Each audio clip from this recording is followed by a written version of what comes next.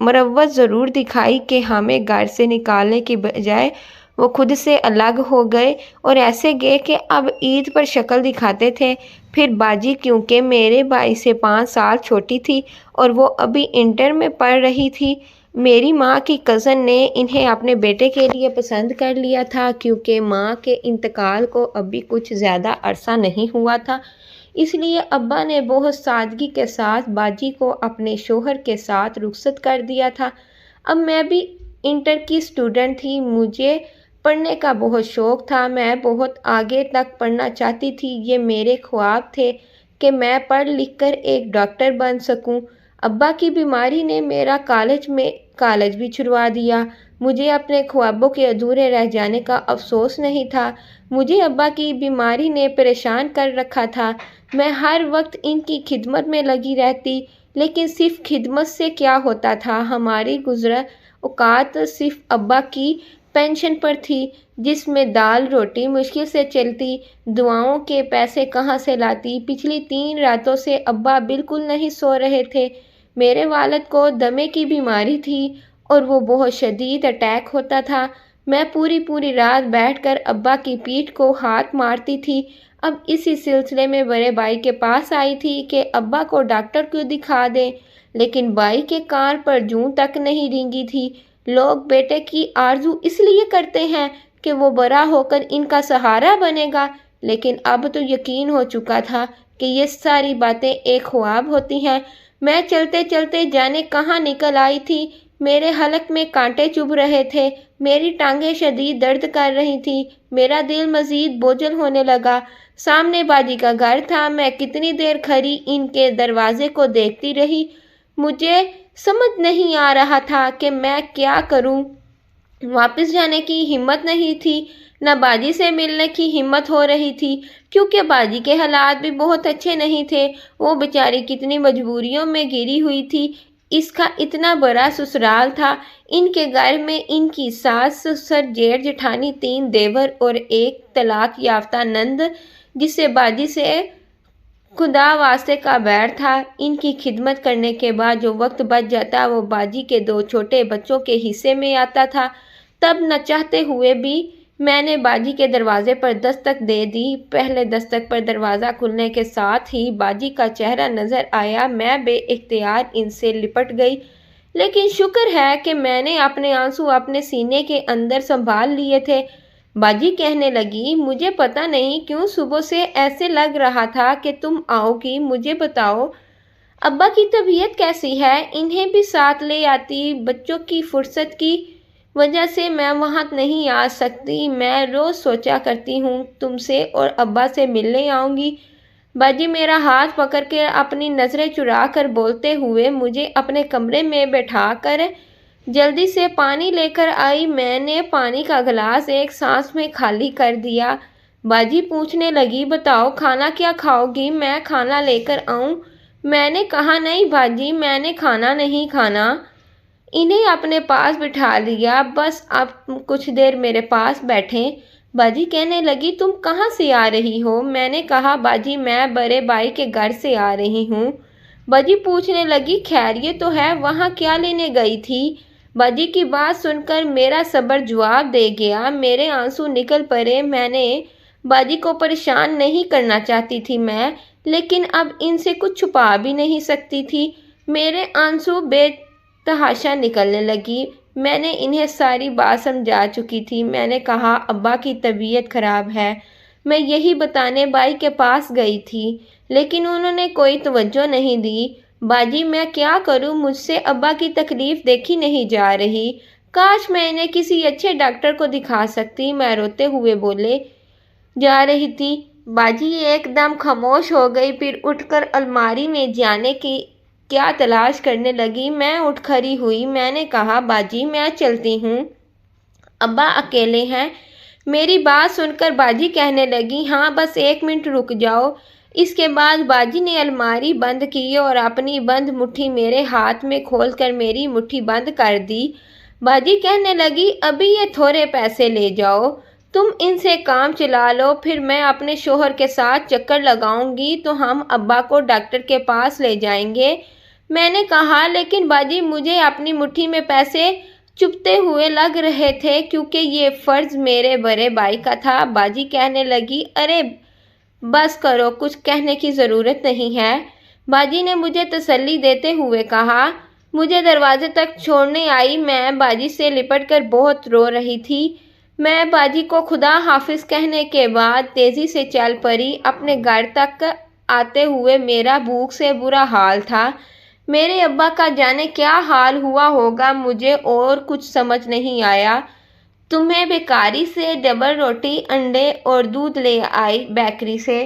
میں بیکری سے باہر آئی تو سامنے یاسر انکل کھڑے مجھے پکار رہے تھے۔ یاسر انکل ہمارے محلے کے بہت شریف انسان تھے۔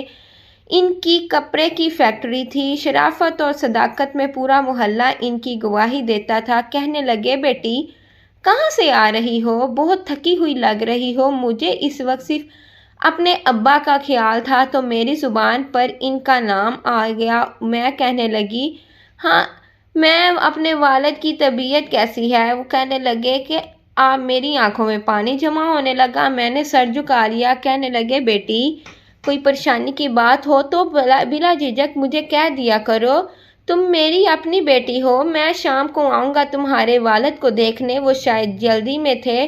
میرے سر پر ہاتھ رکھ کر چلے گئے۔ میں گھر میں داخل ہوئی تو والد کی کھانسی نے میرا استقبال کیا۔ میں نے جلدی سے جا کر اپنے والد کو تھام لیا۔ تھوڑی دیر کے بعد ابا قدرے پرسکون ہوئے تو مجھے پوچھنے لگے، بیٹی کیا ہوا؟ کیا میرا بیٹا تمہیں ملا تھا یا تمہیں کسی گھر سے باہر ہی ٹھڑکا کر چلا گیا؟ میں نے کہا، ابا کیوں نہیں ملیں گے؟ ابا کہنے لگے، تو پھر وہ تمہارے ساتھ کیوں نہیں آیا؟ میں نے کہا، ابا وہ کل آنے کو کہہ رہے تھے، ابھی انہیں کہیں ضروری کام جانا تھا۔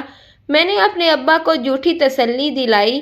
میرے والد میرا ہاتھ تھام کر بولے، بیٹا اب آپ سے جھوٹ نہیں بولتے۔ میں نے کہا، ابا جب آپ جانتے ہیں تو پوچھتے کیوں ہیں؟ ابا کہنے لگے، بیٹی میں اپنی تسلی کے لیے پوچھتا ہوں۔ شام کو انکل ہمارے گھر آئے تو ابا کے لیے ڈھیروں پھل، بسکٹ اور جانے کیا کچھ لے کر آئے تھے۔ مجھے اپنی غریبی پر شدت سے رونا آیا اور بڑے بھائی پر بہت غصہ آ رہا تھا۔ یاسر انکل کچھ دیر ابا کے پاس بیٹھے، پھر جاتے ہوئے مجھے کہنے لگے، بیٹی کسی چیز کی ضرورت ہو تو مجھے بتا دیا کرو۔ اب میں کیسے بتاتی کہ ہاں مجھے ضرورت ہے بہت ساری چیزوں کی، اپنے لیے نہیں بلکہ اپنے ابا کے لیے۔ اس رات میں نہ جانے کس سے لڑ رہی تھی۔ میرے لیے سب کچھ میرے والد تھے اور میں انہیں ساری دنیا کی نعمت دینا چاہتی ہوں۔ ایسے ہی میری آنکھ لگ گئی، لیکن صبح میں نے عزم کے ساتھ میں اٹھی۔ میں نے اپنے والد سے کہا، ابا میں یاسر انکل سے کہوں گی کہ مجھے جاب دلا دیں۔ میں نے انکل کے لائے ہوئے سیب کاٹتے ہوئے ابا سے یہ بات کی۔ بیٹی اب ایسا وقت بھی آ گیا ہے کہ میری بیٹی میرے لیے کام کرے گی۔ میں نے کہا، ابا کوئی برا وقت نہیں، اللہ کا شکر ہے کہ میرے ہاتھ پاؤں سلامت ہیں۔ میں جاب کروں گی، مزید پڑھوں گی۔ میں نے فیصلہ سنا دیا تھا۔ میرے والد کچھ بھی نہیں بولے، البتہ ان کے چہرے کی لکیروں میں اضافہ ہو چکا تھا۔ مجھے جاب کے لیے محنت نہیں کرنا پڑی۔ یاسر انکل نے اپنی فیکٹری میں مجھے لڑکیوں کے ڈپارٹمنٹ کا سپروائزر بنا دیا۔ میں صبح 10 بجے ابا کے کام اور گھر کے سارے کام ختم کر کے فیکٹری چلی جاتی اور پورے 5 بجے واپس آتی تو رات کے کھانے کے بعد میں بیٹھ کر پڑھ لیتی۔ رات کو جب میں پڑھنے بیٹھتی تو میری نظر میری کتاب سے ہٹ کر میرے ابا کی طرف جاتی۔ مجھے ان پر بہت ترس آتا، وہ بالکل ہڈیوں کا ڈھانچہ بن چکے تھے۔ کاش میرے بھائی کو احساس ہوتا کہ وہ خود کتنا آرام اور عیش میں رہتا ہے اور ابا کا ذرا خیال نہیں۔ اس وقت میرا دل دکھ سے بھر چکا تھا۔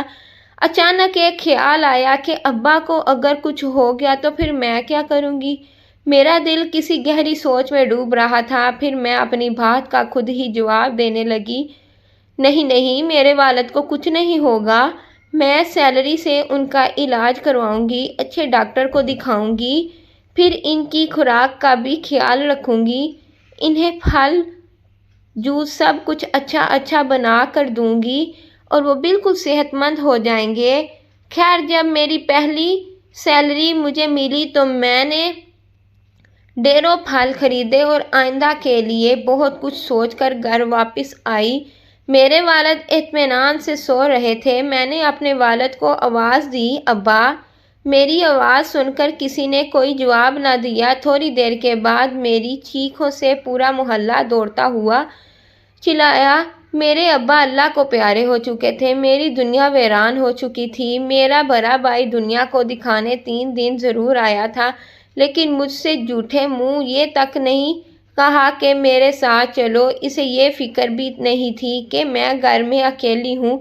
البتہ میری باجی بار بار یہ بات دہرا رہی تھی۔ وہ کہہ رہی تھی، تم اکیلی ہو، میرے ساتھ ہمارے گھر چلو۔ میں نے کہا، باجی میں اپنے گھر پر ہی رہوں گی، میں اکیلی نہیں ہوں، میرے ساتھ میرے والد کی یادیں ہیں۔ میں نے باجی کو خاموش کروا دیا۔ پھر کتنے دن گزر گئے، میری زندگی میں کچھ نہیں رہا تھا۔ میں سارا وقت والد کی چارپائی کو دیکھتی رہتی۔ میں نے اپنے والد کے لیے کیا کچھ نہیں سوچا تھا، لیکن پھر یاسر انکل کے سمجھانے پر میں نے پھر سے فیکٹری جانا شروع کر دیا، جس سے کافی حد تک میرا دھیان ہٹ چکا تھا۔ اب گھر کے کام نہ ہونے کے برابر تھے۔ اسی دوران میں نے گھر کی حالت کافی بہتر بنا لی تھی، جیسی میں اپنے والد کے لیے چاہتی تھی۔ اب ابا کی چارپائی کی جگہ میں نے خوبصورت بیڈ رکھ دیا۔ میں تصور کرتی تھی کہ میرے والد اس پر آرام فرما رہے ہیں۔ میں نے چھوٹا فریج لیا، روز پھل لا کر رکھتی تھی۔ اگر کوئی فقیر صدا لگاتا تو میں وہ پھل نکال کر اس کو دے دیتی۔